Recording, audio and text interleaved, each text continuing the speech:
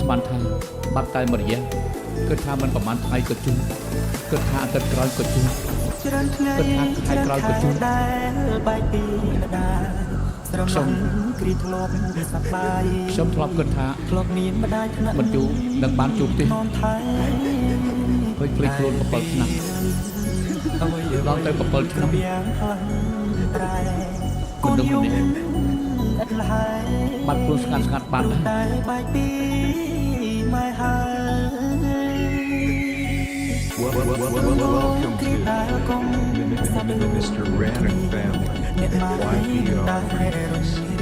Production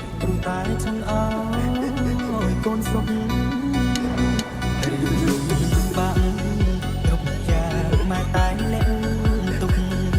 មិនចំឲ្យកូនកាត់ទុកចំឃើញតែកូនញោម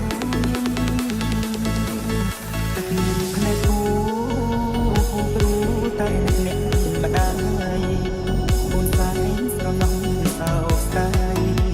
អាណិតអ្នកម្ដាយខ្លាំងណាស់ម៉ែតែក្រោកឈររៀនរកក្រុមអុកសាំងជាតិនេះរូបកូនជុំពាក់មុនអ្នកម្ដាយច្រើនពេកហើយបើសិនវេលាអាចរលប់កូននឹងអោម៉ែអោជួបនឹងឲ្យរបូរទីដីតែពេលគ្រប់យ៉ាងបានត្រឹមស្រួលម៉ៃព្រោះតែរូបអ្នកម្ដាយឃ្លាតឆ្ងាយថ្ងៃជួប YPR Remix ស្មានថាបាត់តែមួយរយៈគិតថាមិនប្រមាណថ្ងៃក៏ជុំគិតថាអាទិត្យក្រោយក៏ជុំគិតថាខែក្រោយក៏ជុំខ្ញុំ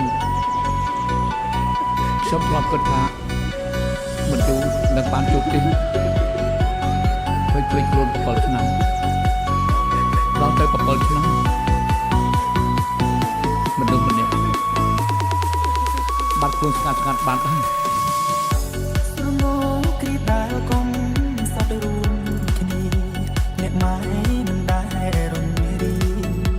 ព្រោះតែចង់ឲ្យកូនសុខរៀនលំបាក់គ្រប់យ៉ាងម៉ែតែលែងទុកមិនចំឲ្យកូនកាត់ទុកចំឃើញតែកូនញោមទឹកមានភ្នែកគូព្រោះតែអ្នកម្ដាយកូនស្រីស្រណំសោកស្ដាយអាណិតអ្នកម្ដាយខ្លាំងណាស់ម៉ែតែក្រោកឈររៀនរកក្រុមអុកសាំងជាតិនេះរូបកូនជុំពាក់មុនអ្នកម្ដាយច្រើនពេកហើយបើសិនវេលានឹងអាចរលប់កូននឹងអោម៉ែអោជួបនឹងឲ្យរបូរទីដីតែពេលគ្រប់យ៉ាងបានត្រឹម